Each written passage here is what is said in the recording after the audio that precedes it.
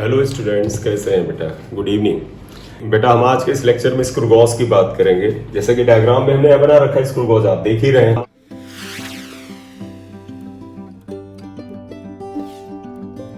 अब बात है कि sir what is the need of the screw gauge. तो पता है कि अगर आपके बॉक्स में, आपके पेंसिल बॉक्स में एक स्केल रखा हुआ, उसे मीटर स्केल कहते हैं। उस मीटर स्केल का जो लीस्ट काउंट है वो 1 mm है। यानी अगर आप मीटर स्केल में लें, उसमें सबसे छोटा डिवीजन जो होता है वो 1 mm का होता है। ये 1 mm, यानी कि 1 mm से छोटी वैल्यू को, मेजरमेंट को आप अगर एक्यूरेटली मेजर करना चाहते हैं तो फिर मीटर स्केल से नहीं कर पाएंगे। तो इसलिए हमने प्रीवियस 2-3 लेक्चर हमने किए थे, उसमें बताया था वर्नियर कैलिपर्स। वर्नियर कैलिपर्स क्या करता है, 1 mm का, यानी ये LC किसका है बेटा? 1 mm। This is of metre scale, ये मीटर स्केल का LC। अगर आप 1 mm से छोटा कोई मेजरमेंट करना चाहते हैं, वो भी एक्यूरेटली, तो आपको वर्नियर कैलिपर्स की आवश्यकता होती है। तो तुम्हें याद होगा कि LC is equal to 1/10 mm, यानी 0.1 mm, जिसे 0.01 सेंटीमीटर कहा था। किसके लिए था बेटा? वर्नियर के लिए, वर्नियर कैलिपर्स के लिए था। या तो 1 mm तक एक्यूरेटली मेजर करना है, मीटर स्केल इस्तेमाल कर लो भैया। उससे छोटा तो भैया आपको आना पड़ेगा वर्नियर कैलिपर्स का। हम लोग पढ़ चुके हैं how to use vernier callipers. अगर 1 mm के 1/10 हिस्से से भी छोटा हिस्सा मेजर करना हो, क्योंकि फिजिक्स में आपको पता है कि जब हम फिजिक्स में कैलकुलेशन करने जाते हैं, मेजरमेंट करने जाते हैं, कोई प्रैक्टिकल करते हैं, तो बहुत ही छोटी छोटी सी चीजें मेजर किया। जैसे एक पतला सा तार दे दिया, जब आप 12th के प्रैक्टिकल करते हैं, जो पोटेंशियोमीटर, मीटर ब्रिज एक्सेट्रा के, तो उसमें बड़ा पतला सा तार दिया जाता है। अब उसकी रेडियस को वर्नियर कैलिपर्स तो करेक्टली नहीं मेजर कर पाएगा। तो अगर आपको बहुत ही महीन चीज का, बहुत ही छोटी चीज का डायमेंशन, डायमीटर, रेडियस से मेजरमेंट करना है, तो हमें वर्नियर कैलिपर्स से भी जो और ज्यादा एक्यूरेटली मेजर कर सके, जिसका लीस्ट काउंट 1/10 mm से भी छोटा हो, ऐसा इंस्ट्रूमेंट हमें चाहिए, और वो इंस्ट्रूमेंट है स्क्रू गॉज। तो स्क्रू गॉज की जरूरत क्यों पड़ी? सपोज मेरे बाल की मोटाई नापनी है, हम स्क्रू गॉज से ट्राई करें तो, कोशिश करें तो कर सकते। आपको ये पतला तार दे दिया, ये वायर, हमने कहा भाई अगर आपको एक बड़े पतले तार की रेडियस निकालनी है, लंबाई नहीं रेडियस, इसकी मोटाई, डायमीटर, तो आपको वर्नियर कैलिपर्स नहीं मदद करेगा, स्क्रू गॉज पे आना पड़ेगा। तो स्क्रू गॉज का इंपॉर्टेंस है, it can measure up to 1/10 नहीं, 1/100, यानी 1 mm का 100वें हिस्से के बराबर महीन छोटे मेजरमेंट को भी ये मेजर कर लेता है। This is the importance, this is the need of screw gauge. Therefore you can say that if you have to measure any measurement whose value is, whose least count or a value is less than that of the 1/10 mm, 1/10 mm से छोटी जो values होती है उनको major करने के लिए हम स्क्रू गॉज का इस्तेमाल करते हैं। ठीक है बेटा।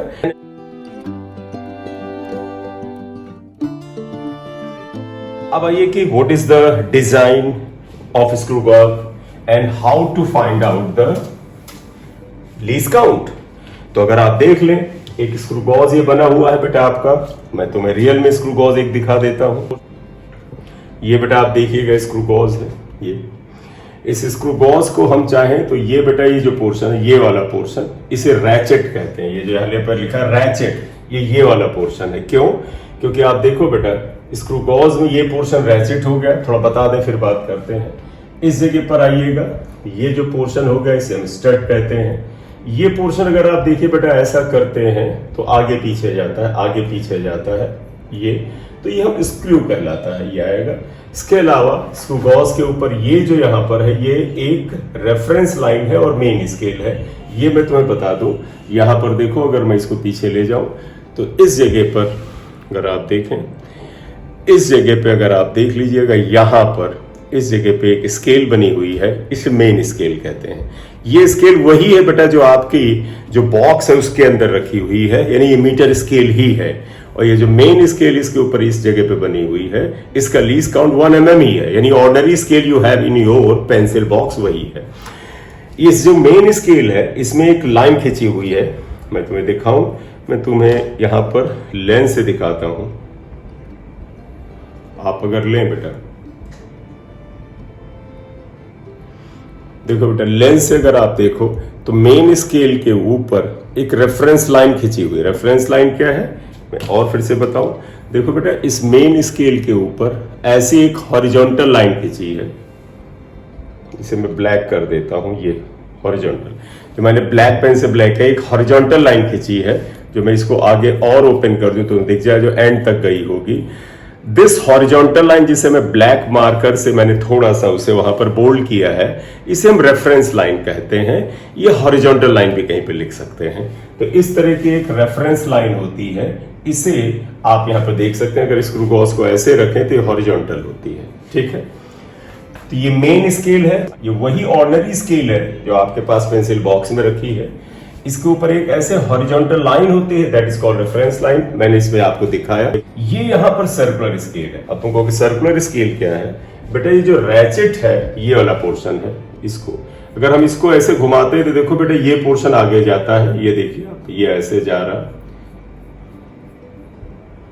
किसी चीज का मेजरमेंट आपको लेना, इसके बीच में फंसा देते हैं। कोई चीज मैं ऐसे ही लगा दूं, तो अगर मुझे मान लीजिए कोई मेजरमेंट लेना है, यही लेना है, इसकी थिकनेस ही लेनी है मुझे, कि चल भाई इसकी थिकनेस लेनी है ये। तो जब ये पूरी तरह से इसमें फंस जाता है तो ये रैचेट जो होता है अपनी जगह के घूमता रहता है। इससे फायदा ये होता है कि अगर ये घूमे नहीं तो हो सकता है ये जो आपका स्क्रू है, स्टड है, इसको और दबा दे। उसके दबाने से यहाँ रीडिंग पे फर्क आता है। इसलिए जैसे ही ये बेटा इसके कांटेक्ट में आता है, रैचेट ऐसे किर किर की आवाज से घूमने लगता है। इसे रैचेट कहते हैं। ये और प्रेस नहीं करता, जबरदस्ती नहीं करता, क्योंकि अगर जबरदस्ती करें तो बेटा ये जो आपका स्क्रू है, स्टड है, इसको हम थोड़ा सा तुम कहोगे सर वो बहुत ही रत्ती भर होगा। हाँ बेटा, वो 1 mm का 100वां हिस्सा तक जाना है। 1 mm का 10वां हिस्सा भी हमारे लिए मुश्किल करेगा ट्रू या एक्यूरेट मेजरमेंट के लिए। तो ये रैचेट कहलाता है। तो वापस एक बार आ जाए, स्क्रू गॉज में ये स्टड है, ये स्क्रू है, इसके बीच में ही वो ऑब्जेक्ट जिसका हमें कुछ मेजरमेंट लेना, वो फंसाते हैं। ये एक सर्कुलर स्केल है। आपको इसको जरा ध्यान से देख ले। सर्कुलर स्केल बेटा ये यहां पर अगर आप देखें, ये मैं यहां से हटा रहा हूं, देखें ये देखिए, इस पे 0 का मार्क है और ये पूरा घुमावदार है, राउंड है। और 0 से लेकर के बेटा, इसमें आपको 0 दिख रहा होगा, आपको मैं एक बार फिर दिखाऊं। देखो 0 दिखा बेटा। 0 के बाद ये मैं घुमाता लाता हूं, देखो आपको 0 से लेकर के ये 90 तक आपको दिखाएगा। और 90 के बाद देखिए 10 डिवीजन और है, यानी 100 तक जा रहा है। तो इसमें 0 से 100 डिवीजन है। आमतौर पर जो हम लैब में स्क्रू गॉज यूज कर रहे हैं स्टैंडर्ड, उसमें 100 डिवीजन मिल रहे हैं। ये डिवीजन अगर आप स्क्रू गॉज बदलना चाहें तो बदल भी सकते हैं। तो ये आप समझिएगा, आमतौर पे इस पे 100 डिवीजन होते हैं, लेकिन ये जो आपका सर्कुलर स्केल है, इस पे 100 से डिफरेंट डिवीजन भी हो सकते हैं। करेक्ट। इवन जो मेन स्केल हमने लिया है, इस पे मैंने बताया ये ऑर्डिनरी स्केल है। ऑर्डिनरी स्केल में एक सबसे छोटा डिवीजन जो है वो 1 mm का है, यानी लीस्ट काउंट 1 mm है। लेकिन क्वेश्चन के अंदर आप जेईई एडवांस में पाएंगे, जेईई मेन से पाएंगे कि क्वेश्चन के अंदर, ये में नीट में भी पा सकते हैं, वो मेन स्केल के ऊपर सबसे छोटे डिवीजन को वो हो सकता है बदल दें। वो कहते हैं कि भैया सबसे छोटा डिवीजन 1 mm नहीं है, 0.5 mm है, तो वो बदल सकते हैं। हम स्टैंडर्ड के लिए बता रहे हैं कि ये जो मेन स्केल है, इसका जो सबसे छोटा डिवीजन है वो 1 mm है। न्यूमेरिकल में वो वैल्यू बदल दें तो आप उसके अकॉर्डिंग जाएंगे। इसी तरह से सर्कुलर स्केल पे 100 छोटे डिवीजन होते हैं। ये 100 डिवीजन से ये बदल दें, हो सकता है किसी जगह 50 कर दें या कुछ और एक्सपेरिमेंटल डिवीजन कर दें, आप उसके अनुसार जाएंगे। इसलिए कंसेप्ट को समझना बड़ा जरूरी है। ठीक है बेटा। तो ये डिजाइन आ गया, इसे मेटल फ्रेम कहते हैं। ये केवल इनको ज्वाइन करके पकड़ बनाए रखने के लिए होता है और इसका कोई ऐसा बड़ा महत्व नहीं है। ठीक है।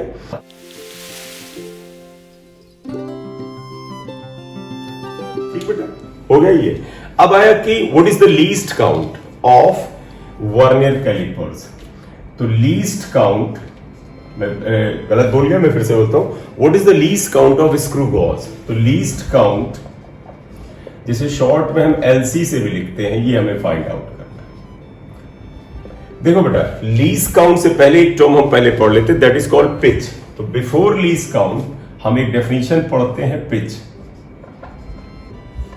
पिच क्या होता है? जरूरत लगे तो पी से डिनोट कर लेते हैं, हालांकि पिच वर्ड पूरा का पूरा जानिए।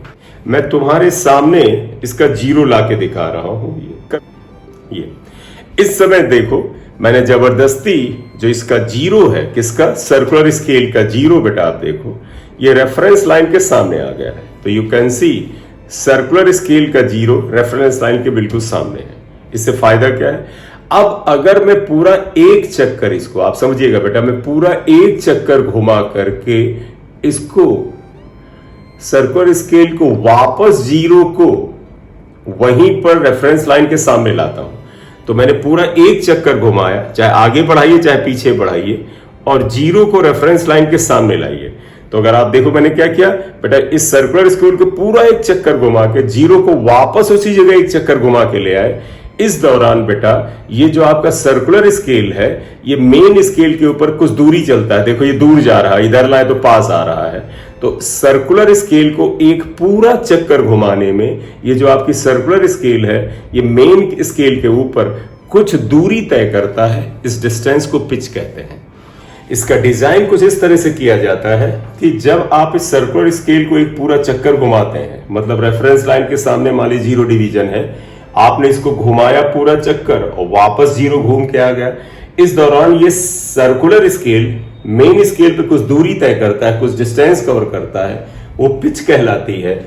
और it is design in such A way that कि एक कंप्लीट राउंड में जब आप सर्कुलर स्केल को घुमाते हैं तो वो मेन स्केल के ऊपर 1 mm की दूरी तय करता है। तो आमतौर पर जो पिच है वो मेन स्केल का जो लीस्ट काउंट है उसके बराबर होता है। लेकिन पिच की डेफिनेशन क्या वो मैं लिख दूं, pitch is what, linear displacement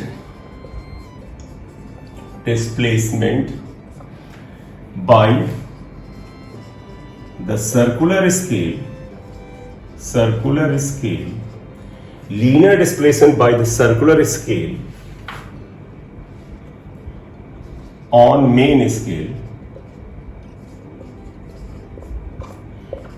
in one complete rotation is called pitch. तो pitch is what बेटा, linear displacement in one complete rotation।